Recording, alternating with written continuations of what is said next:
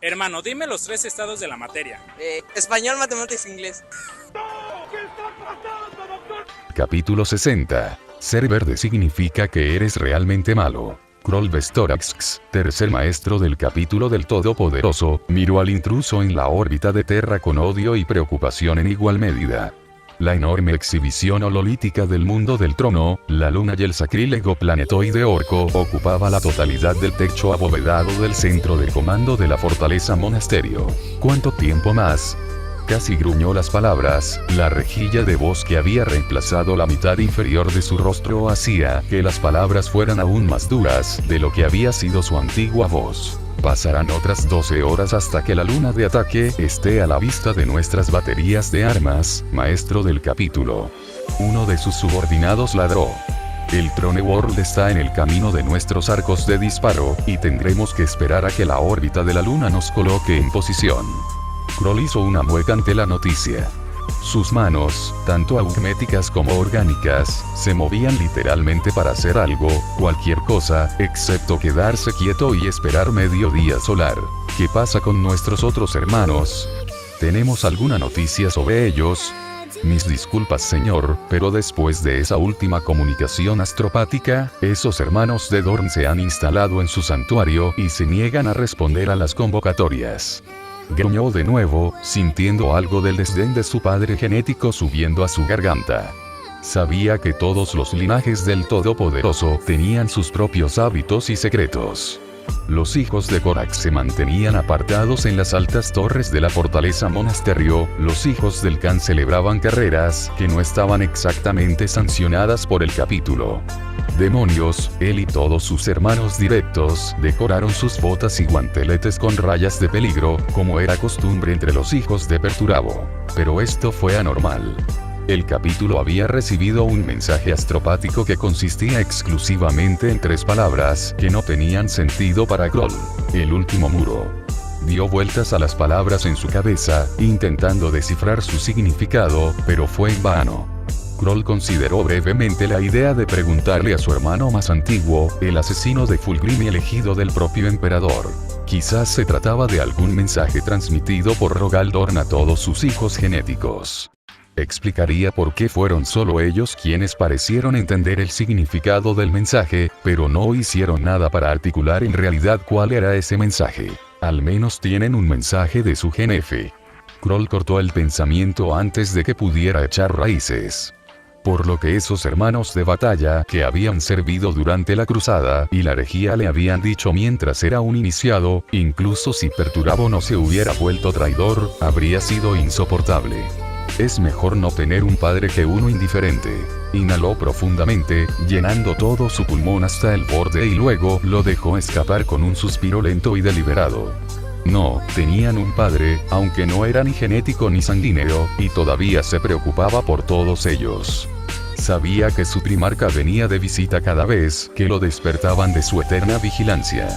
Lamentó no haber tenido nunca el privilegio de verlo en persona a pesar de tener casi 300 años. Su mente vagaba ociosamente hacia el enorme mural en la capilla de la fortaleza monasterio, unos pisos debajo de sus pies, decorado por artistas de las 18 líneas genéticas. Terra y el emperador bajo la atenta mirada de Luna, las historias de todos los descubrimientos de su primarca, la gloria del triunfo del leal sobre el traidor atenuada por el dolor de la herida del emperador. Y en el centro de todo, una torre de vigilancia cubierta de hielo con un centinela humano, pasando los milenios con una sonrisa en el rostro y un rifle en la mano. Kroll sabía que había sido un hijo de Sanguinius, quien había pintado a su primarca adoptivo, el arte era demasiado perfecto para ser cualquier otra persona. Cuando sus pensamientos abandonaron esa reconfortante morada y se dirigieron una vez más a las enormes esferas hololíticas en el techo, un solo pensamiento pasó por su mente. ¿Qué haría Izuku? Gritos. Toda la sala gritaba. Gritándose unos sobre otros, unos contra otros. 100.000 voces gritaban. Nobles menores, aristócratas y su séquito, gobernadores planetarios, cualquiera de alguna importancia en Terra, estaba todos reunidos en esta singular sala. La sala de la ruminación se utilizaba tradicionalmente para debates de baja intensidad y sobre un solo tema entre 2 personas. Se suponía que la enorme sala, dominada por una estatua dorada de Rogaldorn, contrastaría con la pequeña reunión de personas y los intimidaría para que se respetaran entre sí y la santidad del salón. Pero no hoy. Hoy todos querían hablar, querían expresar su opinión sobre el único tema que todos tienen en mente: la luna de ataque orco. Los altos señores, a pesar de la intervención inicial de Izuku, estaban discutiendo nuevamente. Algunos pedían una acción rápida contra los invasores, a pesar de su falta de preparación. El hecho de que las fuerzas de Xenos estuvieran en órbita del mundo del trono era una afrenta para el emperador, dijeron, y que cada momento que continuaban respirando su atmósfera sagrada era una afrenta. Otros se opusieron a una medida tan precipitada, alegando como motivo su falta de bienes. Sin la capacidad de coordinar una respuesta adecuada, dijeron que lo único que podían hacer era arrojar a los fieles del emperador en una picadora de carne sin ningún propósito. Izuku observó la cacofonía con creciente desdén. Después de que Lanzun, una vez más, declarara que no tenían suficientes recursos navales para montar un ataque exitoso, Huskin Atul dijo algo que cambió toda la sala. Pero mi querido Lord Alto Almirante, tenemos la flota necesaria para atacar la luna. Todos en la sala se callaron y se volvieron hacia Tul con desconcierto, confusión, esperanza o alguna otra emoción inescrutable escrita en sus rasgos. Un eclesiarca menor incluso preparó una pistola láser, en caso de que Tul fuera a abogar por convocar refuerzos poco atractivos.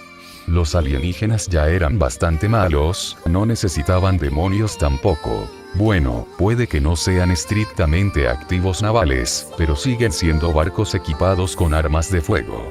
Después de todo, la flota mercante está equipada para luchar contra los piratas, sin mencionar que el 90% de todos los barcos del imperio son buques mercantes. El tonelaje de la economía civil supera al de la armada en varios órdenes de magnitud. Un tonelaje que, con algo de esfuerzo, puede utilizarse para ahogar a los invasores en fieles defensores. Los murmullos recorrieron la habitación, haciendo que sonara como olas del océano rompiendo en la orilla. Izuku no desvió la mirada sino que fijó su visión periférica en Udo. Si el hombre tuviera valor, hablaría ahora. Pareció reflexionar sobre las palabras, dándoles vueltas en su cabeza mientras Tul hablaba de nuevo. Y no es deber de todo ser humano defender a su emperador. Él, que es el que está en la cima de todo. Él, que es quien nos guiará a todos. Él, que ahora depende de nosotros para defenderlo, como nos defendió de Horus. El eclesiarca Erekard Veneris Sanguinan Mesrin casi saltó de su silla, y su nada despreciable masa se tambaleó como un pudín mientras lo hacía. Una cruzada de fe es responsabilidad de Niorden. El emperador nos ha confiado el deber de difundir su palabra por todos sus mundos. Tul hizo una mueca ante la interjección del sacerdote terriblemente obeso. Reprimiendo la reacción natural de su cuerpo al vomitar ante la vista, se giró para mirar al eclesiarca con cada gramo de falso respeto que pudo reunir. Incluso esbozó una sonrisa bastante convincente. Oh, tienes toda la razón, mi querido colega. La fe está en manos de los fieles. Sin embargo, seguirán necesitando barcos para llegar a su destino. Así que trabajemos mano a mano y entreguemos la justa justicia del emperador a esos repugnantes xenos que se atreven a contaminar la órbita más sagrada de Terra. Levantó las manos hacia el techo abovedado y miró fijamente a los ojos la estatua de Rogaldorn. Tendremos una cruzada de los fieles. Cada hombre, mujer y niño deberá cumplir con el deber que le ha encomendado el emperador y destruir a los invasores. Muerte al enemigo. Gloria a la humanidad. Las masas rugieron en apoyo a su discurso, lamiéndolo como perros en su desesperación por una solución rápida y fácil. Izuku se levantó lentamente y le sonrió amablemente. ¡Qué noble de tu parte! La gran cámara volvió a quedar en silencio, permitiéndole hablar sin gritar. Para hacer sacrificios tan nobles y liderar la cruzada desde la punta de su lanza. Los rostros de Tul y Mesrin palidecieron. No tengo ninguna duda de que si ambos lleváis vuestra fe y furia a sus puertas, los orcos no tendrán ninguna posibilidad contra el imperio. Mesrin parecía haber sufrido 8 ataques cardíacos al darse cuenta de que tendría que luchar. La mandíbula de Tul se tensó y la ira se escribió en sus ojos. oh gran eclesiarca Mesrin, liderando e inspirando a nuestras tropas en el mismísimo suelo del miserable Xeno, asegurando que la luz del emperador alcance incluso al esclavo más bajo e ilumine cada rincón de su blasfema creación. Y usted, señorita Tul, dirige la flota a bordo de tu embarcación personal y ayúdalos con tu gran sabiduría para navegar entre las estrellas. Seguramente, ni una sola nave será derribada antes de que pueda entregar a sus justos combatientes. Para su crédito, pensó Izuku, Tul y Mesrin vieron la condena tal como era. Cuando comenzó a pasear por el salón, los aduladores y señores menores reunidos se volvieron hacia él. Pero tengo que preguntar, Lady Tul, ¿tiene usted alguna experiencia en liderar una invasión naval? Estarás atacando un cuerpo planetario fortificado cubierto de innumerables xenos con qué, barcos mercantes armados, cargueros a granel y transportes de tropas por millones y esperar que sobrevivan suficientes. Volviéndose hacia la masa montañosa con la túnica blanca, habló de nuevo. ¿Y usted, Lord Mesrin? ¿Sabes cómo liderar un ejército unido? ¿Sabes cómo crear un frente de batalla que rompa al enemigo con tanta seguridad como el oleaje rompe las olas? ¿Sabes siquiera cómo empuñar un arma? Mesrin farfulló algo sobre el emperador protegiéndolo, pero Izuku no se dignó escucharlo. Tul simplemente apretó los dientes mientras se dirigía a la multitud de personas. Felicito a estos dos por tener una idea sobre cómo mejorar nuestras circunstancias actuales. Sin embargo, necesitamos ideas viables, no meras búsquedas de gloria disfrazadas de estrategia. Lord Comandante Udo, el hombre inmediatamente palideció cuando Izuku centró su mirada en él. ¿Qué tienes que decir sobre este asunto? ¿Deberíamos comprometer nuestras fuerzas y a los ciudadanos de Terra con esta causa, o deberíamos esperar refuerzos? Es decir, Udo tartamudeó múltiples sonidos que eran casi palabras, pero nada concreto. Con una tos fuerte pareció recuperarse. Maestro Primarca, en este asunto cederé a su autoridad y experiencia durante toda la crisis actual. Izuku hizo una suave reverencia, sabiendo que probablemente esa era la mejor opción. Muy bien. Los orcos aún no nos han atacado, simplemente nos amenazan con la presencia de la luna. Así que cada momento que podamos construir defensas para su inevitable aterrizaje es precioso. Señor Inquisidor, ¿serías tan amable de enviarme todos los documentos relevantes sobre los orcos? Y me refiero a todos. Veritas parecía descontenta, pero hizo un ruido que sonó como si estuviera de acuerdo. Izuku pensó que ni siquiera su dogma podría hacer frente a la realidad cuando esa realidad estaba en la órbita de Terra. Izuku bajó la lista. Maestro Abdulias Anwar, ¿qué puede decirme sobre su coro? ¿Pueden enviar una llamada de ayuda? El anciano jefe de Astrópata miró nerviosamente alrededor de la habitación, con los ojos vendados aún muy abiertos por el miedo de que un primarca se dirigiera a él. Yo sí, mi señor. Hemos estado enviando llamadas de socorro al Todopoderoso. Ellos respondieron que ya se estaban preparando para la guerra ya que se había activado el protocolo del último muro. No estoy del todo seguro de lo que eso significa, y antes de que pudiéramos preguntar, los orcos comenzaron a gritar psíquicamente para ahogar todos los canales astropáticos. También hemos enviado una llamada a los elementos restantes de Baclefleet Solar. El problema es de capacidades materiales, no de falta de comunicación. Él asintió con satisfacción antes de dirigirse a la cámara en su totalidad. Esta es la mayor amenaza que ha enfrentado la Tierra desde que Horus amenazó con reducir a cenizas a la humanidad hace casi 1500 años. Pero al igual que esos traidores y herejes, estos viles y detestables xenos lamentarán el día en que decidieron aprovecharse de la humanidad. Apuntó a la luna orca a través de una enorme vidriera, con el rostro gigantesco mirando lascivamente a través del cristal. Habiendo perdido gran parte del impacto inicial de su llegada, Izuku ahora podía ver cuán destartalado estaba. El enorme planetoide artificial estaba compuesto de cantidades incalculables de chatarra, trituradas hasta obtener una forma vagamente esférica. Puede que tengan su brutalidad, sus máquinas de guerra y su violencia, pero nosotros tenemos algo mucho más fuerte. Tenemos la determinación del espíritu humano. ¿Dejaremos que algún maldito hongo aniquile a los salvadores de la galaxia? No. Llegó la respuesta rotunda, una sala de burócratas decrépitos y aduladores políticos llena del fuego de la pasión por primera vez en siglos.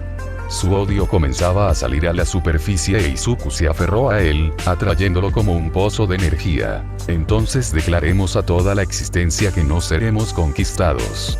No nos extinguiremos. Que nuestro grito de guerra resuene entre las estrellas. Vamos más allá. Levantando el puño hacia el techo, Izuku gritó a todo pulmón. Más ultra. Y los altos señores reunidos respondieron de la misma manera. Levantando sus propias manos, o análogos aritméticos, hacia el techo, gritaron con la primera esperanza que habían sentido en mucho, mucho tiempo. Más ultra. El estruendo de respuesta fue casi abrumador, pero el conjunto de audio mejorado de Izuku detectó algo inusual escondido entre la cacofonía. Y, a medida que los gritos se calmaron, pensó que podía oír aplaudiendo. Discurso conmovedor, humano. Gritar tonterías a un montón de decrépitos seguramente hará que nuestra luna caiga del cielo en cualquier momento. Izuku se giró para mirar hacia la entrada principal del salón de la ruminación, con una mano en la empuñadura de su pistola. 3 criaturas estaban allí en el centro de la gran puerta abovedada, 3 criaturas que profanaban el mismo aire que respiraban. 3 orcos que marcharon lentamente hacia el atónito salón. Izuku nunca antes había visto un orco, al menos no en persona, y estos especímenes parecían ser incluso más grandes de lo que pensaba que era posible. Su postura encorvada y sus cráneos salientes le llevaron a creer que si se mantuvieran completamente erguidos, serían tan altos como los custodios. Un rostro regordete y marcado por la violencia, sonrió con una boca demasiado llena de dientes afilados para sentirse cómodo, mientras unos ojos rojos y brillantes miraban con furia a los altos señores reunidos con un desprecio apenas disimulado. Sus extremidades eran gruesos cilindros de poderosa musculatura, y su torso se parecía más a una sólida pared de carne, huesos y tendones. El orco líder, un bruto incluso más alto que sus compañeros, tenía un nombre: Bezrak. Su gótico era gutural. Sonaba como la evisceración de una presa. Pero no hubo ninguna vacilación, ni un momentáneo contratiempo en su crueldad. Estamos aquí como embajadores de la gran bestia, aquí para dictar las condiciones para vuestra rendición. Bezrak no hablaba como si hubiera aprendido el idioma del imperio, sino como si fuera su lengua nativa. La expresión del orco era inculta, si algo así como un orco alguna vez pudiera describirse como culto, su mandíbula prominente pronunciaba las palabras como si masticara piedras. Sin embargo, Bezrak hablaba como si hubiera surgido de una profunda subcolmena, una clara inteligencia bestial que perturbaba a Izuku tal como lo hizo con Balmung. La gran bestia te tiene agarrado por las tripas, dijo, juntando las manos detrás de la espalda en un simulacro de noble decoro. Lucha, los arrancará. Ríndete y podrás quedártelos. No sabía que los orcos podían hablar gótico. Izuku pensó para sí mismo. Ni siquiera estaba seguro de que pudieran hablar en absoluto. Respondió Balmung. Bezrak miró alrededor de la gran cámara. ¿Entonces?, preguntó. Ríndete o muere. Elegir se rompió el silencio. El salón estalló en gritos, maldiciones, gemidos de desafío y gemidos de desesperación. Hubo oraciones al dios emperador, y hubo lo que a Izuku le sonaron como súplicas traidoras de misericordia dirigidas a los orcos. Dejó de prestar atención al senatorum en general. Ya estaba rodeado de bastante idiotez en el estrado de los altos señores. Bezrak golpeó el suelo con su bastón, silenciando a los nobles que discutían. Miró a Izuku a los ojos y, por un momento, Izuku pensó que veía una forma de lástima en esos orbes rojos picados. Humanos, dijo, examinando a los ancianos demasiado cobardes para moverse y a los fanáticos demasiado atrapados por el odio para responder. Inútil, peor que los Snotlings. Miró a sus compañeros. No razonar con los humanos. Rómpelos, mátalos, cómelos. Eso es bueno. No intentes hacerlos pensar. No se puede hacer. Él se encogió de hombros. Se volvió hacia los altos señores. ¿Quieres morir entonces? Última oportunidad. Hubo silencio por unos momentos más. Luego, dos ladridos de un arma que se parecía más a un cañón rebotaron en las paredes y los dos guardaespaldas de Besrat cayeron al suelo, sus cabezas explotaron en nada más que una niebla roja opaca y trozos de carne verde. Elijo la tercera opción. Izuku volvió a apuntar con su pistola verdugo, el cañón todavía humeaba por la descarga. Victoria. Besart sonrió demasiado ampliamente y con demasiados dientes, sus brillantes ojos rojos brillaban con la promesa de violencia. Bien por ti por al menos intentar contraatacar. No es que sea un buen plan, eso sí. Aún así, todos moriréis o seréis esclavos, pero si tuviera un sombrero, lo inclinaría. La enorme criatura giró sobre sus talones y comenzó a caminar hacia la puerta, dejando los cadáveres desmenuzados de sus compatriotas gorgoteando en el suelo. Otro disparo resonó en la cámara mientras varios cientos de kilos de músculo cordado caían al suelo. Un fuerte ruido que sonó como una maldición rugió desde Besark mientras yacía en el suelo, faltando su pierna derecha desde la rodilla para abajo. No dije que pudieras ir. Un par de custodios descendieron de las alas, y con un solo y poderoso golpe uno de ellos noqueó al orco que gritaba. Izuku enfundó su pistola mientras observaba cómo arrastraban al sangriento Xeno a las células oscuras, con la esperanza de que la criatura nunca volviera a ver el sol. Luego se volvió hacia los altos señores reunidos y sonrió. Por lo tanto, es probable que tengamos poco tiempo antes de que los orcos se den cuenta de que sus embajadores no van a regresar y decidan atacar. Fortaleció su mirada y miró a los altos señores con sombría determinación en sus ojos. Prepárate, porque estoy seguro de que esto empeorará mucho antes de mejorar. En lo profundo de las entrañas del Palacio Imperial, un brillante arco dorado se encuentra en un laboratorio antiguo en desuso. Ni un alma ha puesto un pie aquí desde antes de los días de la herejía de Horus, y todos los que conocen su existencia están muertos o no están en condiciones de decirle a nadie su ubicación. Durante casi 2000 años, el arco había permanecido inactivo, un testimonio de la visión de su creador para la humanidad, ahora perdida en las eras de guerra y destrucción. Entonces, sin previo aviso, el arco dorado se iluminó con un remolino de colores imposibles, y seres que habían visto estrellas enfriarse durante su propia vida pasaron entre mundos. La vidente de las sombras Larie Rey de Craftworld Ultue observó su entorno y notó la gruesa capa de polvo en cada centímetro del laboratorio del tamaño de un estadio. Ella y sus compañeros salieron por la puerta de la red artificial, decididos a completar su misión. Sin embargo, cuando pusieron un pie en el mundo natal de los Monkey, todos y cada uno de ellos se congelaron en su lugar, sus mentes casi aplastadas por un peso psíquico abrumador. Sabía intelectualmente que el emperador humano era un psíquico poderoso, pero su poder lo abarcaba todo y estaba siempre presente, pero sin una verdadera dirección. Semejante poder hizo que la mente de la Aerial diera vueltas y, por un momento, su desprecio por las criaturas de Terra vaciló. La mente del emperador era una montaña en la creciente locura del otro mar, cegadora en su brillo. Las grandes potencias rodeaban este lugar como tiburones navajas, esperando a que pasara la agonía de una ballena del vacío. Aquella terrible presencia los detuvo, y todos sus pequeños sirvientes lo ignoraban. El sentimiento pasó. La mirada de las cosas del otro mar estaba osificada desde hacía tanto tiempo que habían fijado su mirada en la tierra. El emperador no desvió su mirada. Su atención estaba en otra parte, en la cegadora pira de almas, faro de navegación del Monkey. No tenía indicios de que la hubieran visto. Hubo poco alivio en eso. Se había reído en la cara de la que tiene sed, pero el emperador cadáver la llenó de una sensación de pavor. A su izquierda y a su derecha, vio a sus compañeros tropezar de la misma manera que ella. Y cuando reanudaron su danza, sus movimientos eran más pesados, agobiados por la presencia del emperador. A lo lejos se extendía un corredor, tan oscuro y sepulcral como el salón del que habían abandonado. Un planeta muerto para una raza que se había condenado a sí misma. Los cielos y mares azules, los bosques que abarcan todo el continente y millones de años de gloria natural inmaculados por la cruda humanidad clamaban por ser recordados. Le repugnaba el corazón, a ella, que había pisado el terreno de pesadilla de los mundos anciana, que se creía más allá de tal sentimiento.